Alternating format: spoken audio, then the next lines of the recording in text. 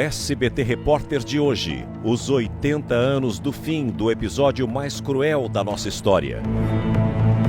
O Holocausto, que exterminou 2 de cada 3 judeus da Europa durante o regime nazista.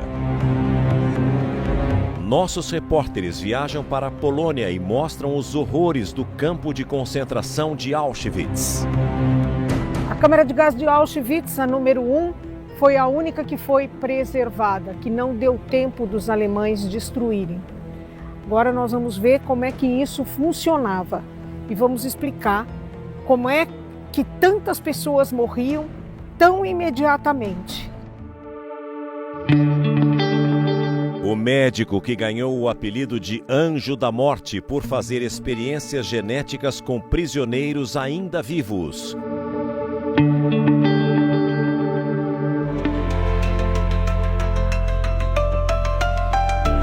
O comandante alemão executado no mesmo campo onde ordenou a morte de milhões de pessoas. E o empresário filiado ao partido nazista que abriu mão da fortuna para salvar mais de 1.000 judeus. No local onde mais de 1 milhão de pessoas morreram, hoje funciona um museu que atrai turistas de todo o mundo.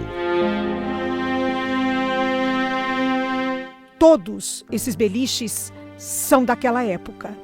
Eles têm 3 andares e em cada um dos andares dormiam no mínimo 3 prisioneiros.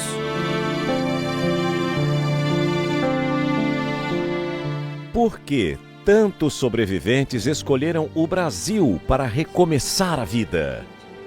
Minha mãe falou a vida inteira: o Brasil é o melhor país do mundo.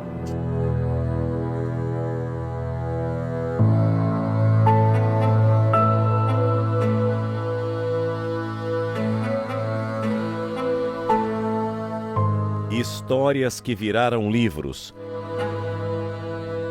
Este senhor fugiu da morte e namorou com a filha de um oficial de Hitler.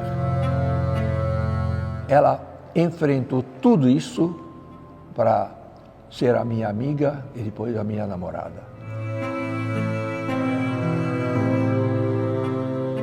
Este empresário nasceu dentro de um campo de concentração. Apesar de tudo que a sua família passou, o senhor conseguiu perdoar? Perdoar? Jamais. Mas as novas gerações da Alemanha não têm culpa o que fizeram os seus antepassados.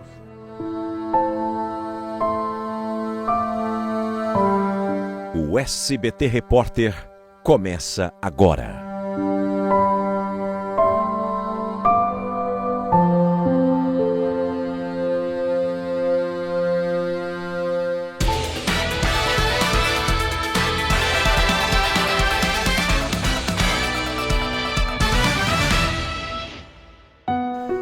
Boa noite. Nunca se matou tanto em tão pouco tempo e com tantos requintes de crueldade. O genocídio de 6 milhões de judeus durante a Segunda Guerra Mundial foi o ápice de uma escalada de violência que começou com a ascensão de Adolf Hitler ao poder na Alemanha em 1933. De forma insistente, a propaganda nazista fez o povo acreditar que os judeus eram inimigos do país e deveriam ser exterminados. A partir daí, foram tirados de suas próprias casas com o pretexto de que eram impuros e precisavam viver isolados. O destino final, os temidos campos de concentração.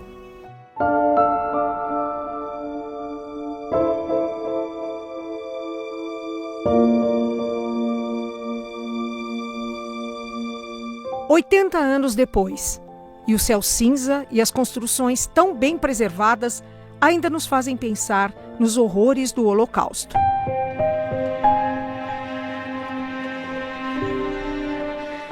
Estamos no sul da Polônia, a cerca de 60 quilômetros de Cracóvia. Aqui está localizado o campo de extermínio de Auschwitz, onde mais de 1 milhão de pessoas foram executadas.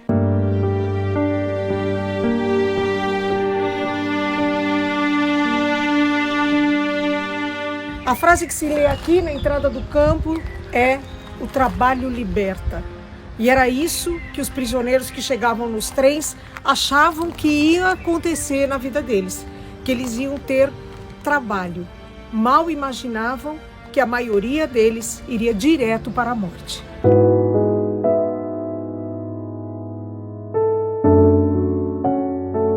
Para cá vieram, durante a guerra, 1.300.000 deportados de mais de 20 nacionalidades. 85% eram judeus.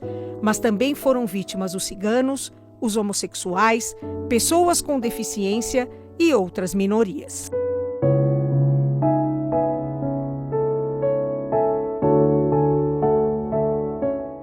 Quando chegavam em Auschwitz, poucas horas depois, eles já descobriam qual seria o destino deles.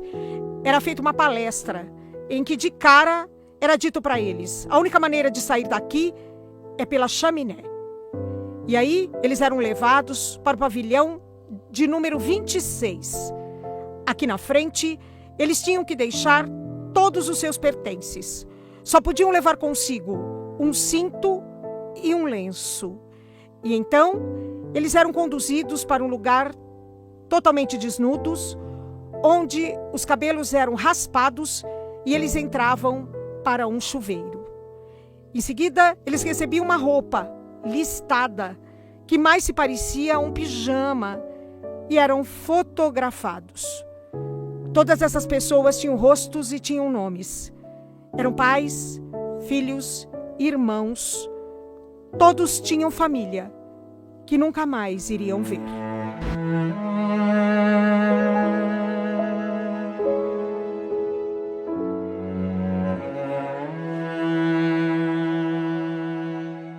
Pessoas que não tinham condições de exercer trabalhos forçados eram eliminadas. Em geral, mulheres, crianças e idosos. As malas podiam ter 25 quilos, justamente para que os judeus trouxessem o que tinham de melhor. Os nomes eram colocados nas bagagens, mas tudo era uma grande enganação. O que tinha de valor lá dentro era roubado, e as vítimas eram obrigadas a entregar até a roupa do corpo.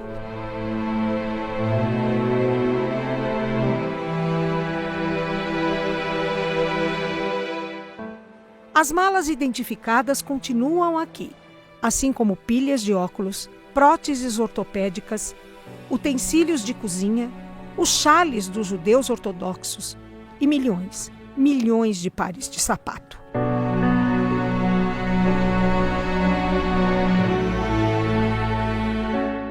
Os sapatinhos das crianças são os que mais arrancam lágrimas dos visitantes. Assim como as roupinhas de bebê, as primeiras vítimas da barbárie.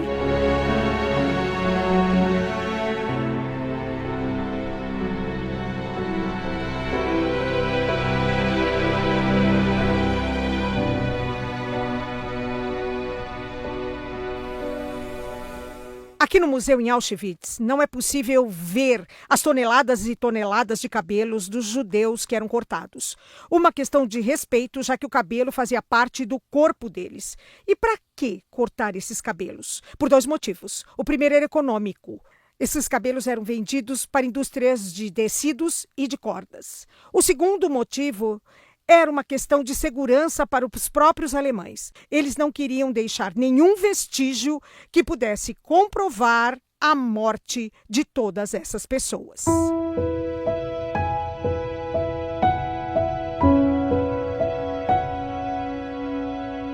Quem sobrevivia também tinha um destino cruel. Os alojamentos superlotados, sem condições de higiene, com a proliferação de várias doenças.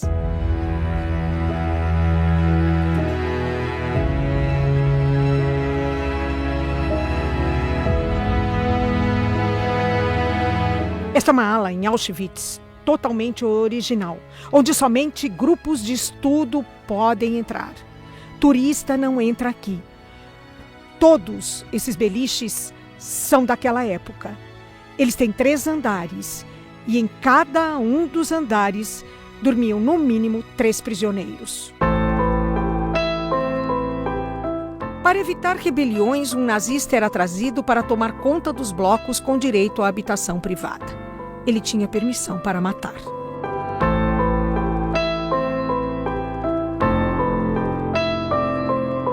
No dia a dia dos prisioneiros, 12 horas de trabalho com direito a um pouco de café e uma sopa rala de batata com cebola, que normalmente estavam podres.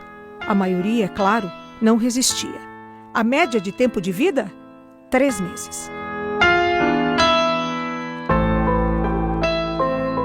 Este homem morreu aos 20 dias de exaustão. Apenas 400 mil prisioneiros foram registrados com uma tatuagem com número. Hoje, é possível ver alguns de seus rostos aqui em Auschwitz. Os outros morreram de forma anônima. Zvi e Sara são amigos. Em comum, a origem judaica e pais que viveram os horrores dos campos de concentração. A memória das histórias que ouviam quando eram pequenos segue viva.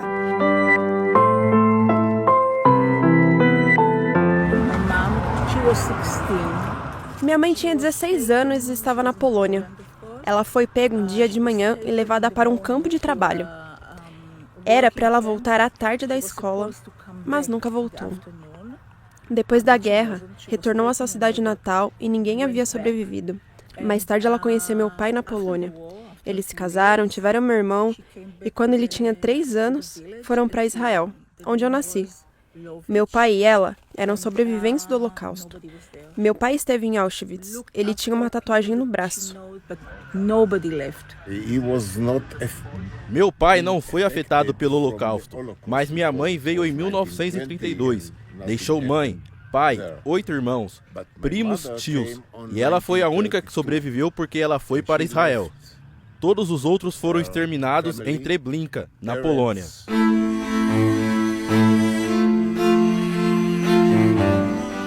Todos os judeus lá foram erradicados.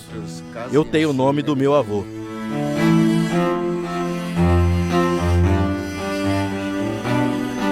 As cercas elétricas que resistem intactas ao tempo eram uma forma de desencorajar a fuga dos prisioneiros.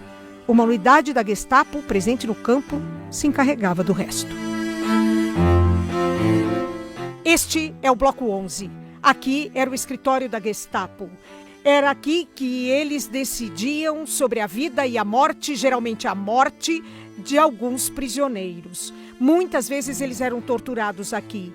Na sequência, eram levados para aquele muro onde eles eram fuzilados.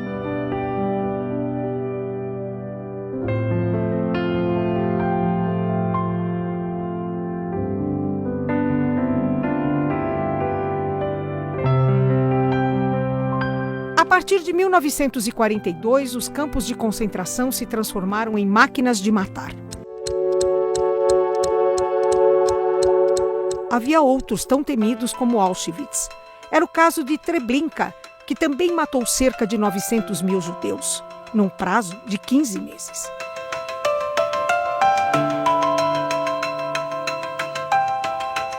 Havia ainda Dachau, no sul da Alemanha, o mais antigo de que se tem notícia. Mas Auschwitz matou muito em poucos meses. Um impiedoso carrasco nazista era quem ordenava as execuções.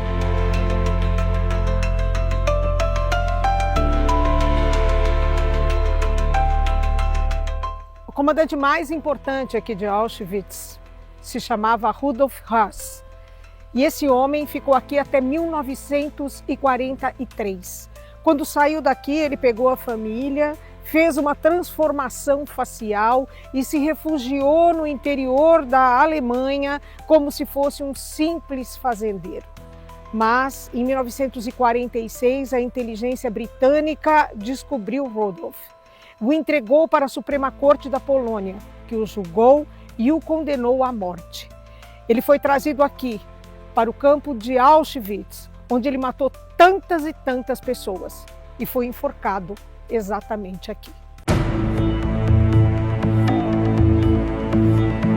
Fuzilar os prisioneiros no começo da guerra trazia 2 problemas: o custo da munição e o estado emocional dos soldados. Então a Alemanha nazista desenvolveu o extermínio em massa.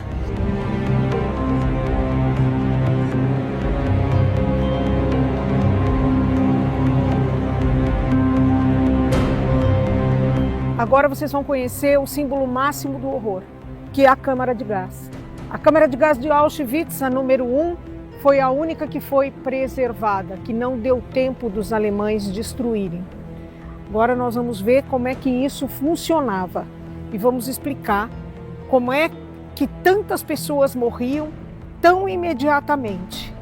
E eles levavam 2 dias para queimar cada grupo que tinha sido morto na câmara de gás. E eles acharam que era muito tempo. Foi por isso que eles resolveram construir um outro campo.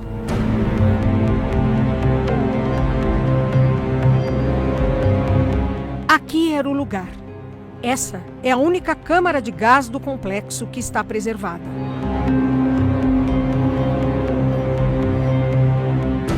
As pessoas eram incentivadas a tirar a roupa e entrar aqui com a desculpa de que tomariam um banho para encontrar seus parentes.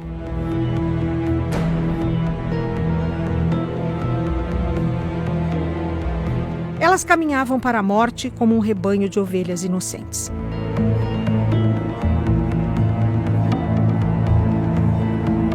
Quando o teto abria, não era a água que descia, mas sim um veneno chamado Zyklon B, que em contato com a atmosfera se tornava um gás letal. As marcas de unhas nas paredes são o último pedido de socorro. Em 20 minutos, tudo estava acabado. Esse é, sem dúvida, o momento mais difícil para os turistas, como nos revela esse guia brasileiro. A maioria do pessoal que eu acabo trazendo aqui para fazer o tour, e ou mesmo as pessoas que eu converso depois, eles saem muito abatidos, com energia baixa, energia do próprio corpo, pelo ambiente, muitos deles refletindo sobre o que o ser humano é capaz de fazer.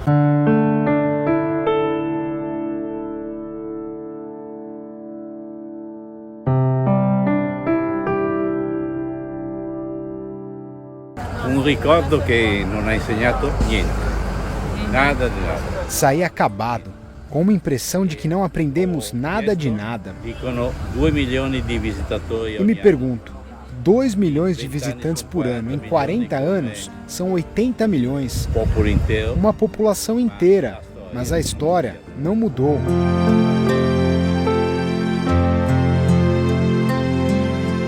It's pretty crazy seeing. Foi bem louco ver o que aconteceu e pensar que minha avó viu parte disso. Foi estranho ver o que poderia ter acontecido com minha avó, mas por sorte não aconteceu. Sim, eu acho importante que as pessoas saibam o que aconteceu porque foi terrível. É importante que todas as pessoas ao redor do mundo saibam o que isso foi.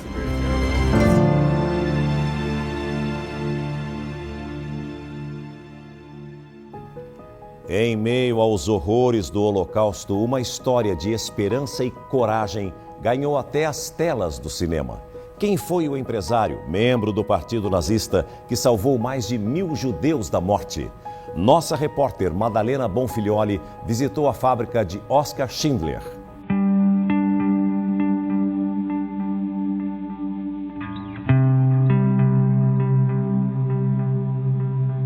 No começo da guerra, os judeus não eram levados diretamente para os campos de concentração. Eles eram retirados de suas casas e trazidos para os guetos, que eram habitações cercadas por muros como este daqui. A desculpa dos alemães é que eles transmitiam doenças e precisavam ser segregados. Com a intensificação da guerra, eles foram retirados dos guetos e levados para os campos de concentração, onde o destino da maioria foi a morte. Mas um grupo de judeus que vivia neste gueto, aqui em Cracóvia, teve um destino diferente. Por causa de um industrial que tinha uma fábrica de panelas aqui no bairro judeu e que no começo da guerra era um espião nazista.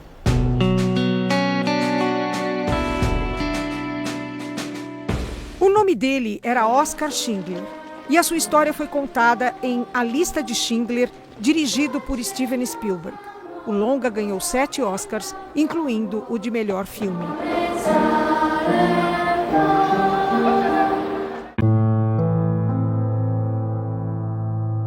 E agora nós vamos entrar para conhecer o que hoje é um museu.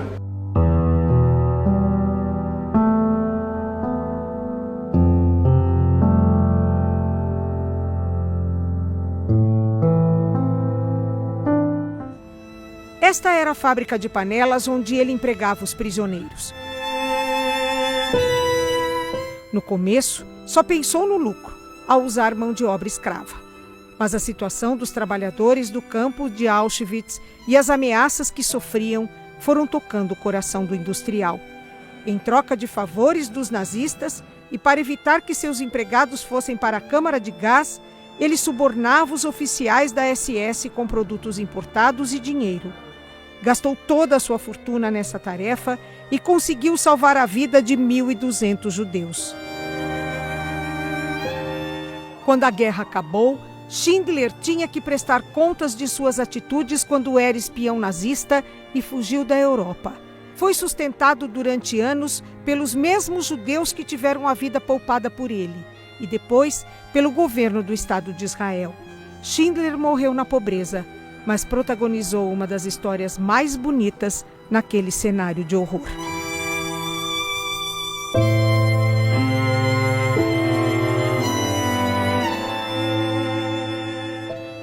Foi em 1942, quando os alemães decidiram pela solução final para a questão judaica, que ficou estabelecido que todos os judeus da Europa deveriam ser recolhidos, tirados dos guetos e levados para os campos de extermínio.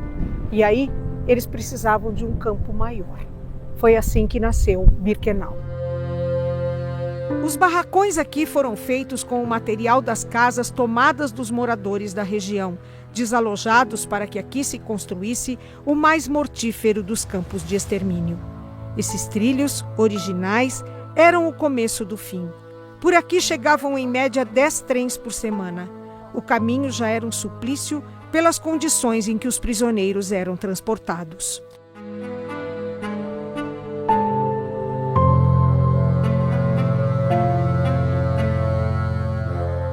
Era aqui que o trem parava e que era feita a seleção daqueles que estavam aptos para o trabalho e aqueles que não estavam.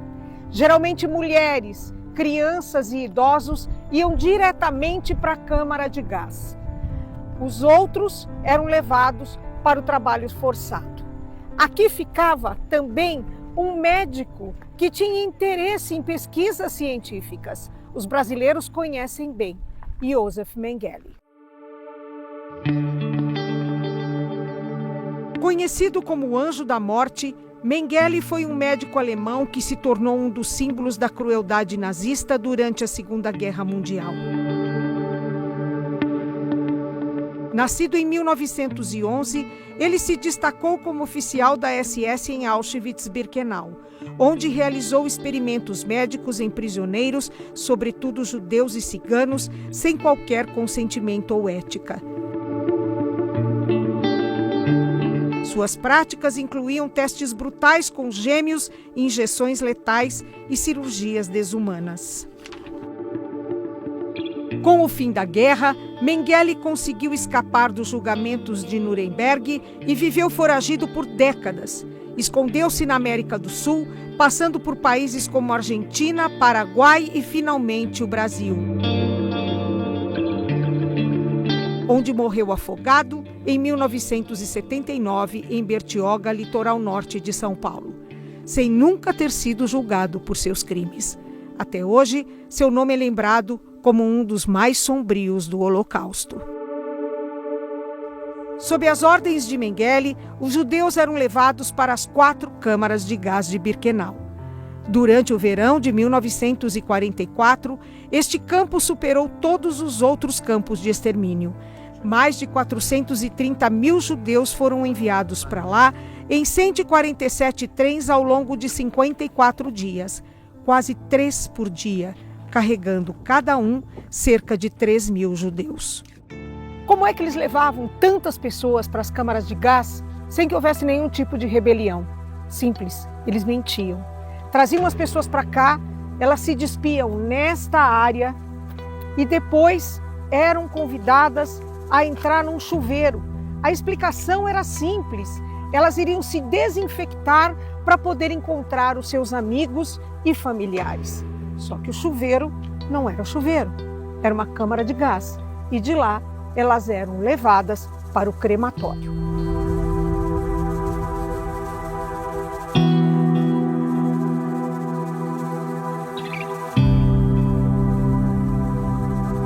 Aqueles que eram destinados ao trabalho forçado viviam em condição subhumana.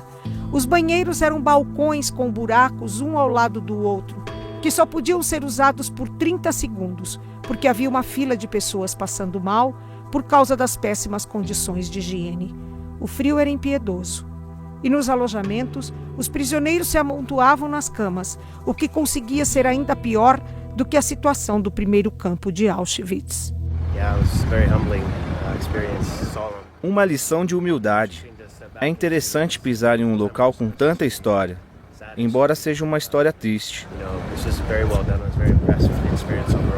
Foi uma experiência muito rica ver os artefatos que eles tinham, a tinta conservada. Eles fizeram um bom trabalho aqui. É muito importante que as pessoas venham para cá e vivam esse momento. Nós estávamos conversando no caminho porque é importante. Pensando se eu fosse alguém que passou por isso, mesmo vendo os arredores, e pensando em alguém que tentou escapar, ou a experiência de alguém chegando de trem e tentando viver esse momento, apesar de quão terrível pareça. Já me disseram que Auschwitz não caiu do céu, então é para pensarmos como podemos evitar cenários como esse no futuro. Eu gostei que tinham os nomes das pessoas, porque dizer o nome deles, ver seus pertences, essas pessoas achavam que teriam um futuro. Lembrá-los é lembrar que eles não tiveram um futuro, para que nós não acabemos lá de novo. E isso está acontecendo ainda hoje. É a história se repetindo e precisamos lembrar dessas pessoas. Quando os alemães ficaram sabendo que o exército russo estava se aproximando, eles decidiram destruir todas as provas do genocídio, documentos e principalmente as câmaras de gás e os crematórios. Mas para isso, eles tinham que desaparecer também com os prisioneiros. 60 mil. Foi aí que começou a Marcha da Morte.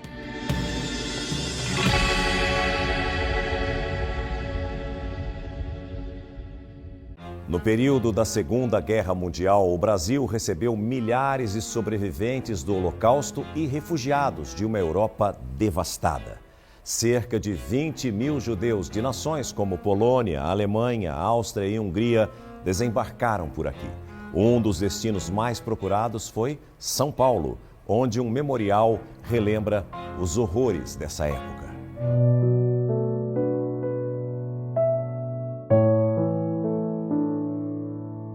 Em uma sinagoga no bairro do Bom Retiro, hoje funciona o Museu do Holocausto. Numa experiência imersiva, os visitantes não conhecem apenas os detalhes do genocídio, mas conseguem perceber o que um ser humano é capaz de fazer com o outro quando se deturpam os valores e as crenças.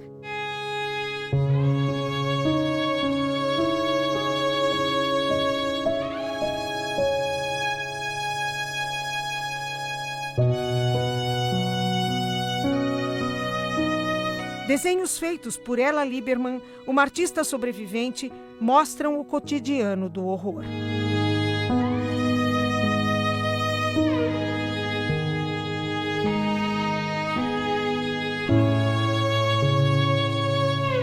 Os cabelos cortados, que em Auschwitz não é permitido mostrar, estão representados aqui.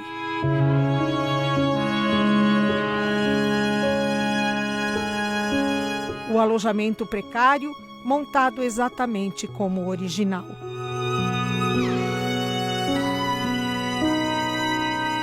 E até a reprodução das obras de arte que foram roubadas pelos nazistas e recuperadas depois da guerra. Tudo aproxima o visitante das vítimas do extermínio.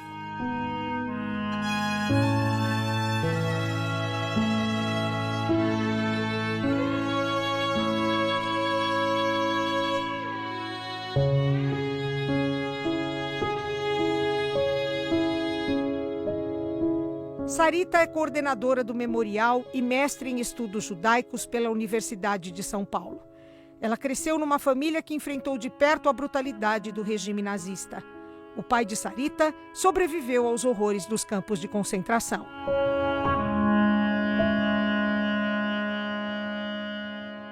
Meu pai tinha certeza de que a passagem dele pela guerra tinha sido muito mais leve do que muitos outros que sofreram em campos de concentração, câmeras de gás e campos de extermínio. Mas não foi nada leve, pelo que a senhora descobriu. A gente descobriu, quando ele já tinha 73 anos de idade, no projeto do Spielberg, na qual ele fez um levantamento pelo mundo todo daqueles que sobreviveram do Holocausto e que queriam contar sua história, que ainda não tinham contado.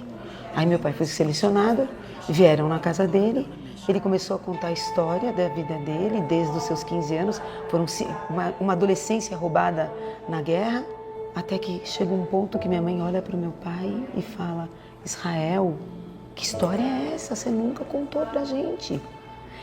Ele foi escravo junto com a família dele em diversos campos de trabalhos forçados. Eles prestavam serviços em construção de trilhos de trem, em fábricas de munição, fábricas de alimentos. Passavam fome, não recebiam nenhum salário. Às vezes uma troca, uma comida, um sal. Ele falava que recebia sal, farinha, casca de batata. E aí sim a gente descobriu, 3 meses antes dele falecer, uma história completa da vida dele.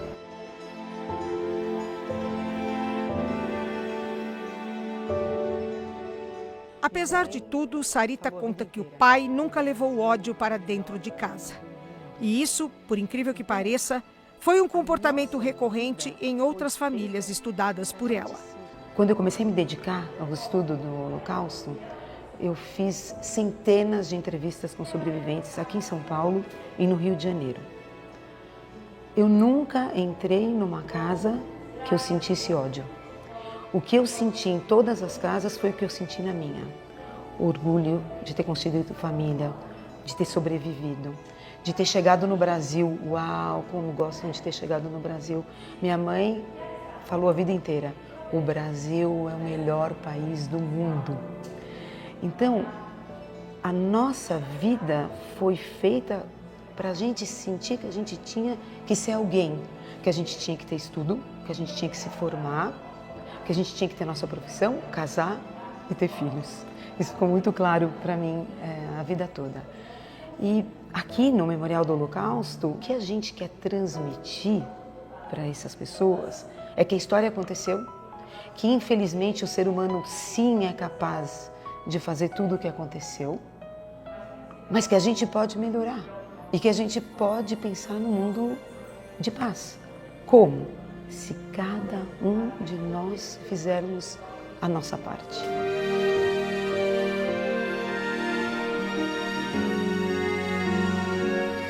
O memorial mostra ainda como tudo começou.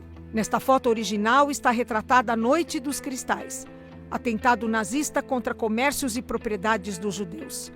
O episódio ficou conhecido por conta da quantidade de vitrines quebradas espalhadas nas ruas. O objetivo era empobrecer aqueles que eram prósperos. O ataque aconteceu 1 ano antes da guerra.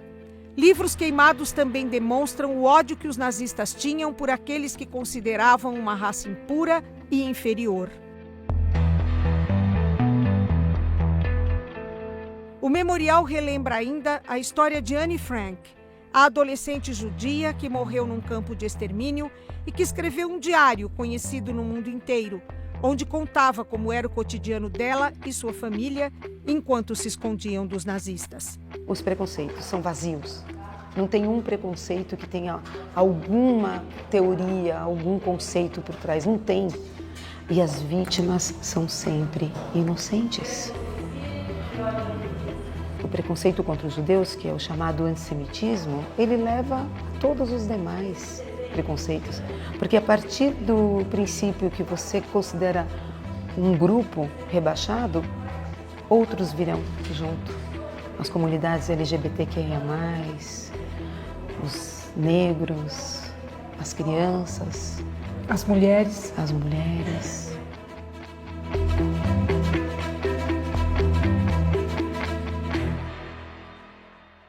Quem são os brasileiros que sobreviveram ao Holocausto? Como eles vivem nos dias de hoje? A nossa reportagem conta agora histórias que viraram livros. Dentre elas, a de Gabriel, que escapou da morte e viveu um romance com a filha de um oficial nazista.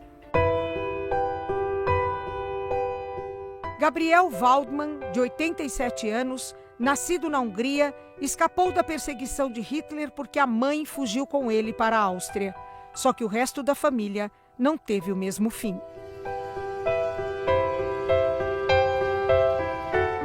Quem o senhor perdeu? Eu perdi, ao lado da família do meu pai, todo mundo. Não sobrou ninguém, era uma família grande. Meus avós, eu tinha dois tios, uma tia, penca de priminhos. Todos, inclusive meu pai também, todos foram eliminados.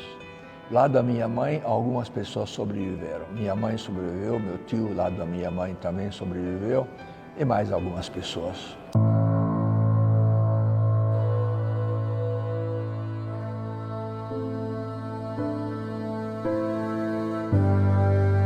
Sete anos após o fim da guerra, ele veio ao Brasil e namorou a filha de um oficial nazista. A história está nas páginas do livro Ingrid, a filha do comandante.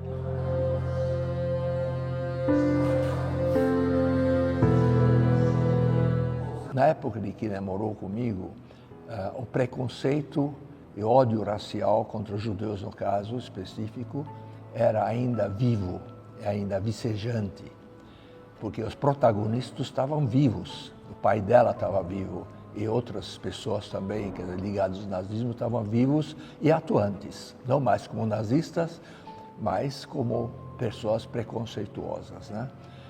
E ela enfrentou tudo isso para ser a minha amiga e depois a minha namorada.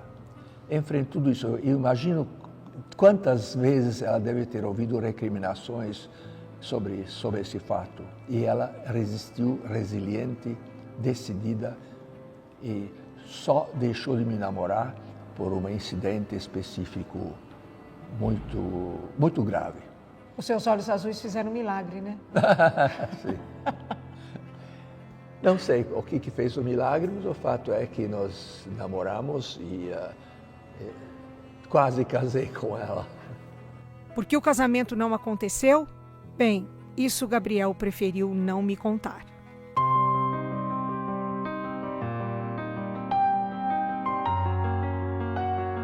Quando a gente vem aqui e fala de trauma, e a gente conta o trauma, que nem hoje a gente tem um sobrevivente do Holocausto, Gabriel Waldman, contando a história dele, ou mesmo eu, quando eu faço as visitas guiadas e conto a história da minha mãe e conto a história do meu pai, eu estou abrindo o meu coração e ensinando as pessoas que a gente só tem um caminho: falar, soltar aquilo que a gente sofreu, e a gente sabe que nesse mundo tem tanto sofrimento, então a gente dá esse exemplo, mas o que a gente quer é reconstrução, é diálogos de paz, é que todos possam respeitar o outro com as suas diferenças.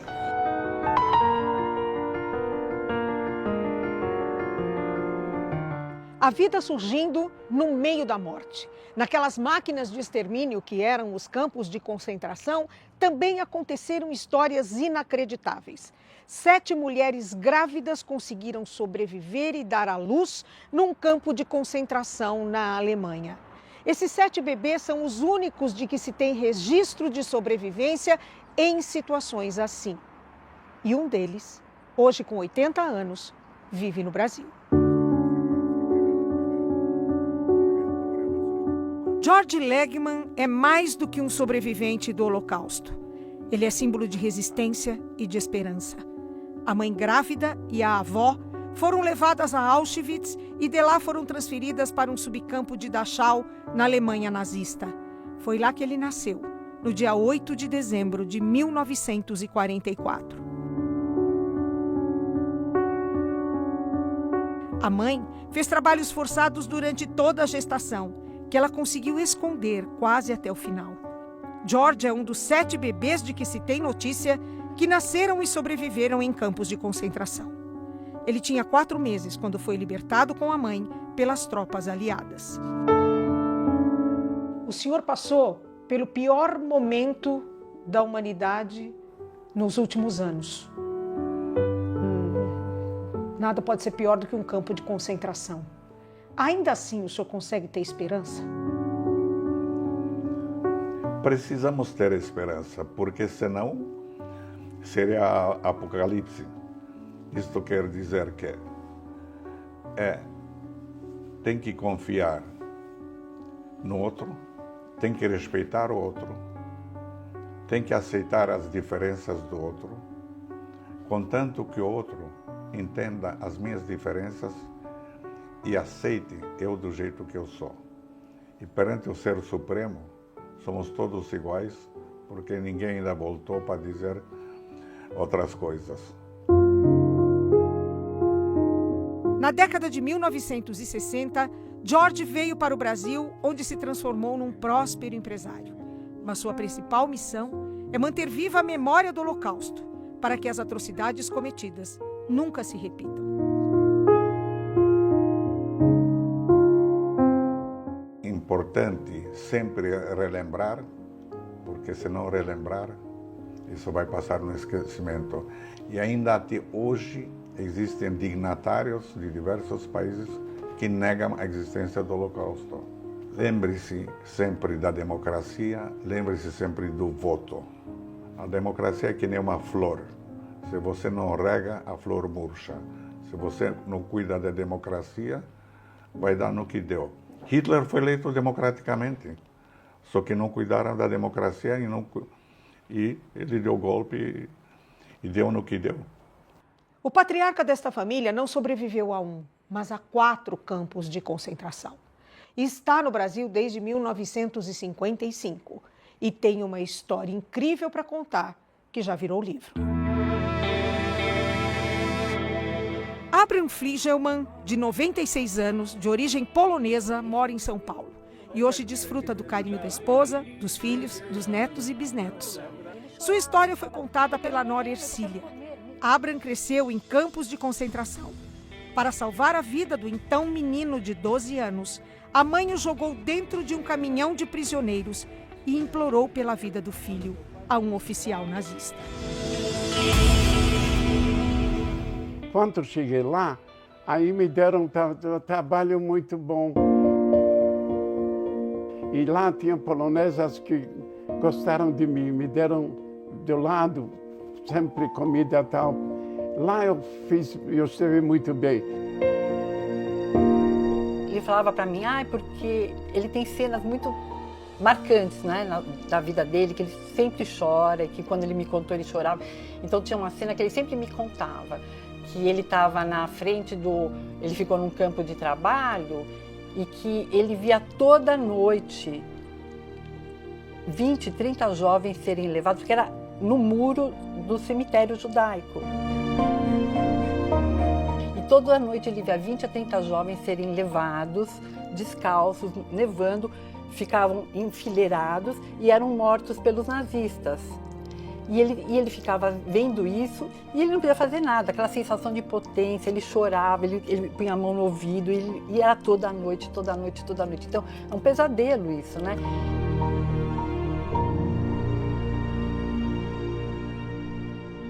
O que mais ele contou do que ele viveu que te chocou profundamente? Eu acho assim, que tem momentos que para ele são muito fortes, que ele relembra muito e que inclusive agora é uma coisa que ele está relembrando muito, que foi essa separação da mãe dele, né?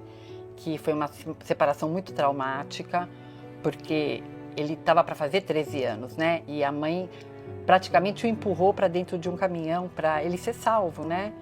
Então isso é uma coisa que até agora voltou virou um pesadelo, né? Porque ele sonha quase diariamente com essa mãe. Mas essa mãe salvou a vida dele. Salvou, mas ele sabe disso. Mas uma criança não entende isso, né? Você pode saber, mas você entender... Abraham foi resgatado por soldados americanos em abril de 1945. Então, os alemães começaram a pegar os judeus para fugirem de Buchenwald, porque eles sabiam que já estavam chegando os americanos, né? E ele não tinha mais condições de andar. E se ele saísse nessas chamadas marchas da morte, né, ele não ia sobreviver. E quem não acompanhava o passo era morto. Tinha um lugar que tinha umas tábuas, o irmão dele pôs ele embaixo das tábuas. E ele ficou escondido lá com os ratos em cima dele, passando fome, morrendo de dor. Então isso é uma coisa. E ele lembra da fome. Quando ele voltou a si, ele já estava num hospital, no próprio Buchenwald, sendo cuidado por um americano. E ele pedia comida, eu quero comer, eu quero comer. E o americano falava, não você não vai comer, porque se eu te der comida, você vai morrer. Porque você não tem mais estômago para comer. E os que comeram, porque em poucos dias, mais de 400 já tinham morrido, porque eles não tinham mais estômago para comer, né?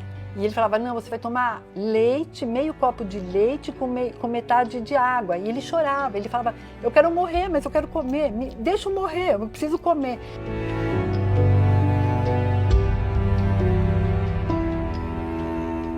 A história desse senhor só foi descoberta graças a um projeto do cineasta Steven Spielberg, que após o sucesso de A Lista de Schindler, criou uma fundação dedicada a registrar e preservar os depoimentos de sobreviventes do Holocausto. Desde os anos 1990, a iniciativa já reuniu mais de 55 mil testemunhos em dezenas de países, tornando-se o maior acervo audiovisual sobre o tema.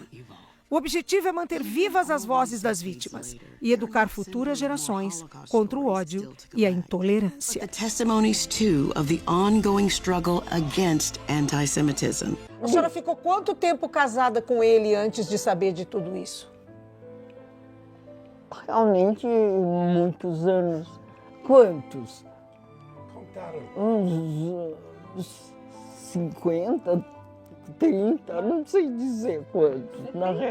70, tá vendo? Os anos passam rapidamente. Eu li o livro, achei que foi horrível, ninguém mais falava sobre isso. Mas depois que a minha nora escreveu esse livro e viu a mãe dele, que ele contava várias vezes, com lágrima nos olhos, se despedindo do filho,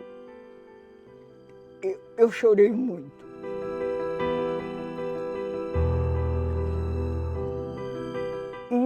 E ela escreveu com tanta realidade, com tanto sentimento, que toda vez que eu lia, eu queria saber os detalhes, para saber tudo isso, o que o meu marido sofreu e o nosso povo sofreu. E graças a Deus, e de minha nora escreveu direitinho as coisas.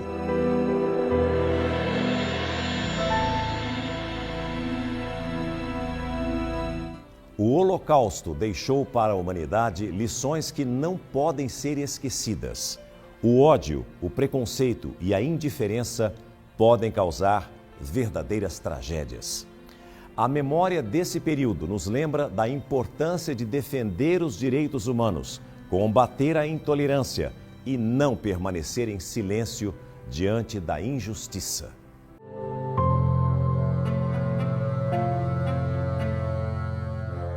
Esse tipo de ideologia não pode existir. André é cientista político e pesquisador brasileiro, reconhecido por sua atuação na defesa da memória do Holocausto e no combate ao antissemitismo. Com experiência em instituições internacionais, ele alerta para os riscos do extremismo e da intolerância, destacando a importância de aprender com o passado para construir um futuro mais justo e democrático. A humanidade é capaz de coisas terríveis, inclusive de se destruir, que a gente não pode confiar de que só porque a gente chegou numa era moderna e a era do conhecimento, conhecimento não significa sensatez ou inteligência, entre certo e errado. Na época dos nazistas, a Alemanha produzia muito conhecimento, porém ele era equivocado, racista, tenebroso, assassino, mas existia muito conhecimento na Alemanha. A Alemanha investiu recursos pesadíssimos, tanto dela como do dinheiro que entrou com o Plano Marshall para a recuperação da Europa pós-Segunda Guerra. A Alemanha investiu recursos imensos para desnazificar a Alemanha, para tirar essa ideologia de dentro da cabeça das pessoas, para mostrar o quanto isso era errado, para envergonhar as pessoas que eventualmente apoiaram isso. Em 27 de janeiro de 1945, o exército russo não tinha a menor ideia do que haveria por detrás desses muros. Eles libertaram 7.000 detentos e logo perceberam que esse número era uma gota no oceano diante de tantas mortes. Uma tragédia histórica que nenhum relato e nenhuma reportagem são capazes de descrever. O senhor acha que o Holocausto acabou? O Holocausto acabou, graças a Deus. Mas acontece que nesses últimos anos, o ódio, a discriminação, preconceito está outra vez levantando a cabeça, não só contra judeus, contra minorias em geral.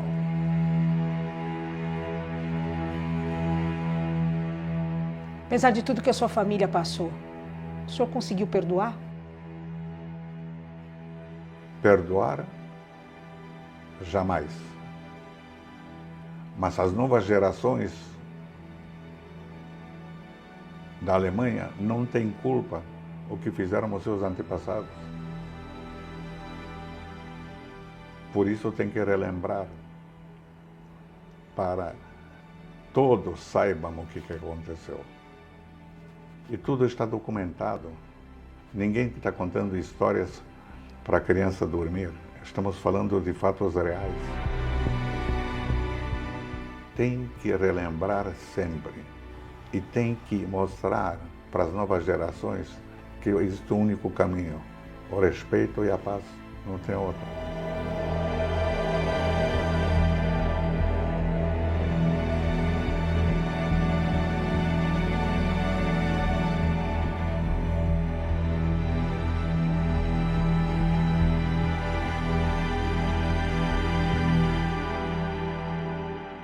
Este foi o SBT Repórter de hoje. Muitíssimo obrigado pela companhia e pela audiência.